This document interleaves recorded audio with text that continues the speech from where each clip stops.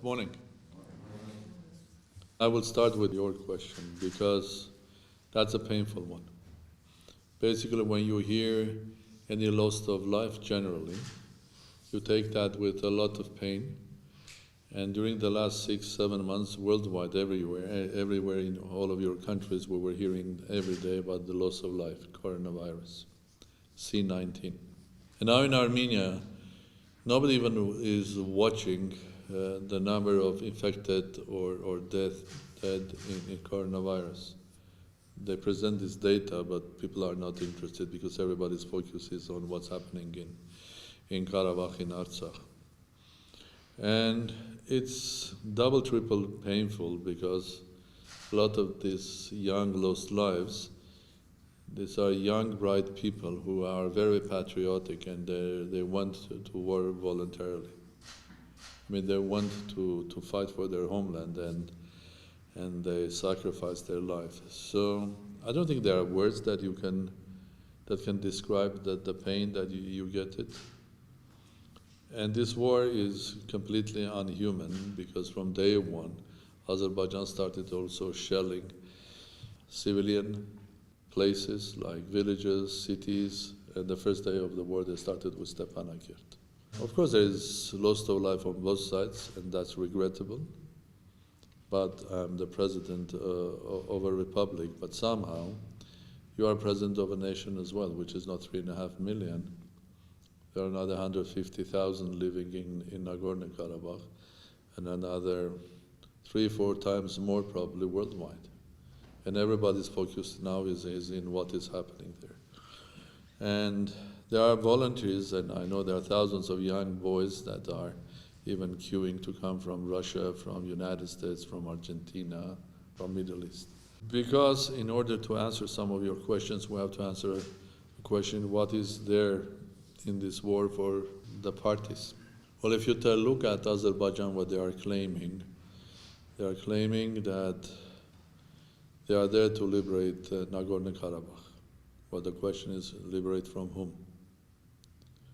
100% of population that lives in Nagorno-Karabakh is Armenian, so that means they want to liberate Nagorno-Karabakh from Armenians, when in modern vocabulary it's called ethnic cleansing, especially when you want to liberate them, and that them, people that are living there, they are ethnically the people that were living there for thousands of years.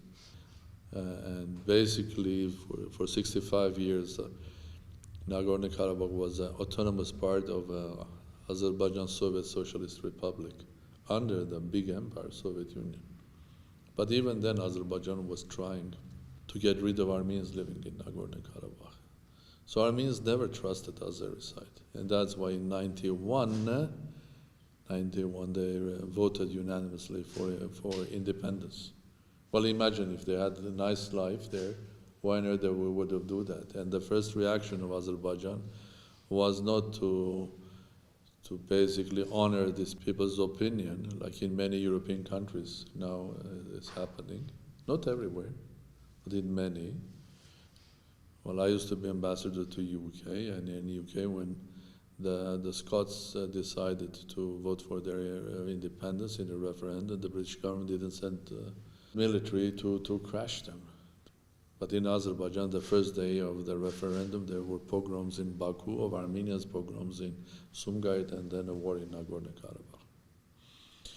Now, what is there for Turkey? Well, first of all, to show Azerbaijan that you are our ethnic brothers. Well, but they have many, of course. Central Asia and Mongolians are ethnic brothers, north of China. I want to watch if there is some trouble with their ethnic brothers in China. Are they going to interfere in China or not? So first to show that you cannot solve that problem without us, and we will help you to do that. So you need us. Dear brothers in Azerbaijan, you need Turkey there. You said we are here to help you. But if we come to help you, we probably will stay. And with us, Islamic militants. And if we stay there, we will have our say, not only on the internal politics of Azerbaijan, but we'll have also say on regional security, specifically energy security, because we will control the pipelines going from. Having the excuse that Armenians maybe will bomb the pipeline, I have a question. Why didn't Armenia bomb the pipeline during the last 20 years? Why didn't they? Why did they allow Azerbaijan to make billions and buy weapons and kill Armenians? Why? Because there is a reason, because Armenians respect the international law and trading law as well. But now Turkey will control that energy, and it will basically have huge influence on energy security of Europe, especially those countries that are recipients of that oil and gas. And of course, those who are from Caspian and beyond, from Central Asia, that are the sellers. So Turkey is trying to become very dominant in Caucasus. That's for Turkey. If I think about people of Nagorno-Karabakh, what are they fighting for? In brief, it will be they are fighting for their lives, their honor, their heritage, their religion, their families, their history, and their homes, their land. But in the meantime, fighting for that small nation of Nagorno-Karabakh is fighting for the security of the region. Security of all neighbors there, including Russia, Central Asia, Iran, and others. And somehow indirectly, Karabakh is fighting indirectly for the security of Europe. I mean here, energy security, for example. Security in Middle East, because Turkey is involved in everywhere now. They are in Syria, they are in Libya, they are in Iraq. They cross the borders of Syria and Iraq. What about the territorial integrity of those states? They are claiming that Azerbaijan's territorial integrity of Soviet Azerbaijan in the Soviet Empire. So Turkish presence there makes the whole issue a bit complicated. And if we're thinking about what is the path towards peace or resolution, the path is definitely, there's only one way going forward. Stopping the shelling, stopping killing, stopping the war, having a ceasefire, make some build-up of trust. Maybe this time we will need to bring international peacekeepers, those who are ready to come, and then restart the negotiations, but again between Armenian side and Azeri side, not the Turkey, because Turkey is not a side. They are the disturber. They cannot be a mediator because they're openly with one side, and they cannot be a party of negotiations because there is basically there is a question: what are they doing there?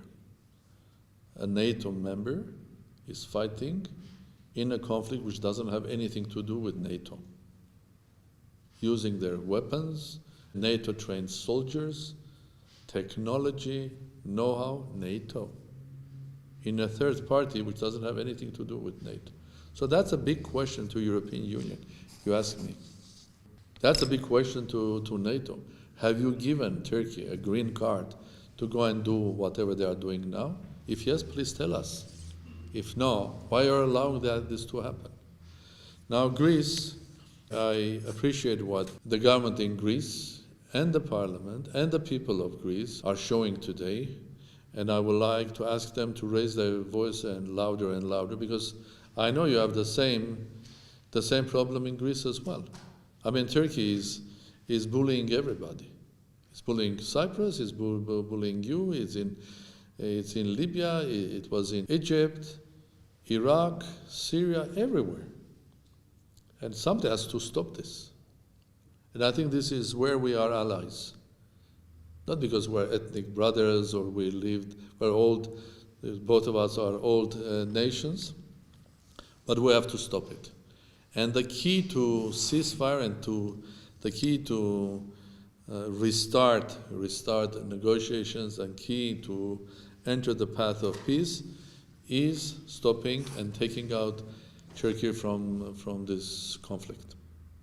Otherwise, we will have big headache. Otherwise, we will really have something that could not be controlled. Otherwise, we'll have much bigger Syria than is happening in Syria. And that's a big risk for everybody. Now about recognition of Nagorno-Karabakh. Again, this is something that shows two different approaches to the same issue. And I'll give you two examples of that. In 1994, Armenians won the first Karabakh war. I mean, we really won it. Early at the war, everybody was saying that there's no way that Armenia can win. In 94, everybody was saying Armenians had the most powerful army in the region. But the ceasefire was agreed and ceasefires started. That was the moment Armenia could have recognized Nagorno-Karabakh. Easy. You know, when you win it, there are no big obstacles, you can recognize it. But Armenia decided then not to recognize for a simple reason, because with the ceasefire, a new era, a new phase was starting, which was the negotiations for the future status of Nagorno-Karabakh. This is Minsk group with the three co-chairs. So Armenian side said, okay, if we recognize it, that will disturb the process of negotiations. So we'll not recognize it now. We'll leave the negotiations to come up with the final solution, and whatever the final solution, then we'll recognize it. So Armenians gave a green light of not disturbing negotiations, basically deciding, okay, we will not recognize it now. But of course, if we will not see that there is a light at the end of this tunnel, which is called war, and there is no light that will take us to negotiations, then probably, most probably, Armenia will recognize Nagorno-Karabakh. Okay? Because that's the duty of the state, and that's the duty of the whole nation. But for the moment, we still have hope. Okay? And another example, two completely different approaches. You have been in Karabakh. Have you been in Shushi? Have you seen the cathedral? Have you seen the mosque? Yes. Okay. The mosque was destroyed during the First War. And who restored it? Azeris? No. Armenians restored a mosque with Armenian money, and one investor supported. And that mosque was restored. So in Shushi, they restored the mosque. They restored also their own cathedral, Christ the Savior. So the first week of fighting, what happens? Azeris bomb the church. See what Armenians have done, restoring a mosque. See what Azeris are doing, bombing the church. Now, because I have not answered about France, okay? I think I highly appreciate, let me start. 3 co-chair presidents, not the co-chair president, but the president of the co-chair states made an announcement calling for stopping the war and for ceasefire. And of course, the call was to Armenian side and to Azeri side, which include the Republic of Nagorno-Karabakh. But as I said again, that's not enough, because there is a third party. There is a big elephant in that room of the conflict, and that elephant is big and red, called Turkey. Until that elephant gets out from that room, it's very difficult to have a real ceasefire, or you have to put huge pressure on that third party. And of course, the timing was perfect for the aggressor. US elections, America is busy. COVID, everybody is busy. COVID, economic difficulties. So that's the C19. And it's the right time probably to start C20. I call it Caucasus 20. Another big trouble for everybody in the region. So it was not enough we are having C19, COVID-19. Now we have C20, which is the conflict in Caucasus. I highly appreciate and thank President Macron for his activity, for his support, and the French government. France represents Europe, but I think I hear more the voice of France rather than the voice of Europe. I don't hear the voice of NATO. I don't hear much of European Union's voice. I hear more of of France. And of course, here I have to say that we highly value the contribution from Russian side. You have to understand that Russia has signed agreements, and President Putin has confirmed again that they will honor all of their agreements, bilateral or multilateral agreements with Armenia, if Armenia is attacked. Russia is a country that has good relations both with Armenia and Azerbaijan, so it's a perfect country that can become a mediator, especially for ceasefire. And we thank Russia for doing that. But of course, we have hopes that Russia, again, like others, will exercise more pressure both on Azerbaijan and especially on Turkey. First of all, to start the ceasefire, to stop shellings of civilians. And there are people say it's war and you cannot escape civilian deaths. Well, in principle, yes. But again, I will add to my two examples of different approaches a third one here. If you were in Karabakh, you would have probably noticed that all military units are outside civilian places, outside villages, outside cities. Why? Because the military are outside because the soldiers serving there, they don't want their families who live nearby a village to be hit.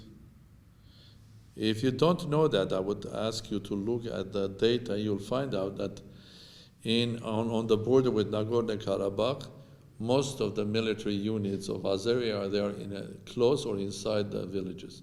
Because if Armenians hit back, they will hit the village. That's two different approaches, because people are defending in Karabakh their home. So they don't want their home to be hit. So they take their artillery or tanks outside the village. So they hope that village will not be hit. But unfortunately, their villages are hit. The ceasefire was not kept. It was violated immediately, the first minutes of it, and with shelling of Stepanakert. And the war continues. Well, under the name of ceasefire, but it continues in many places. So I would like to ask all parties, including, first of all, the Russian Federation, by thanking President Putin and Mr. Lavrov, I would like to ask them to put more effort and to make the ceasefire working, because there is no problem from Armenian side. We didn't start the war. It's the Azeri side, with the hope that they will finish the war in a day or two, with all of this might they have, with all of this new technology, equipment, drones, and Turkish army airplanes, whatever. I think the hope is still there, because I don't believe there is a military solution to this problem. You can gain more land, you can do ethnic cleansing, but eventually you will not win. Because the truth is there. We have seen another ethnic cleansing. 105 years ago, Armenians living in Western Armenia or Eastern Anatolia for thousands of years. I mean, they were under the pretext of there is a war, World War coming, Armenians are Christian, let's get rid of them. Okay. They killed 1.5 million. They created this huge diaspora. Otherwise, there's a question, where on earth they came, Armenians living in Chile, Argentina, and Brazil? These are the refugees that lost their land, their home, and had to live and find a shelter. They found shelter everywhere, worldwide. And to finish, I would like to thank all of you for your human bravery and honesty. Because you have to be brave and honest to come to a region where there is a real war and people's lives are lost. For your professional attitude, professional bravery, because you are here to tell the world the truth. And also, I hope one day you'll come back when the war is over, and I hope one day you'll go back to Artsakh, Nagorno-Karabakh, and enjoy the beauty of that wonderful historic land.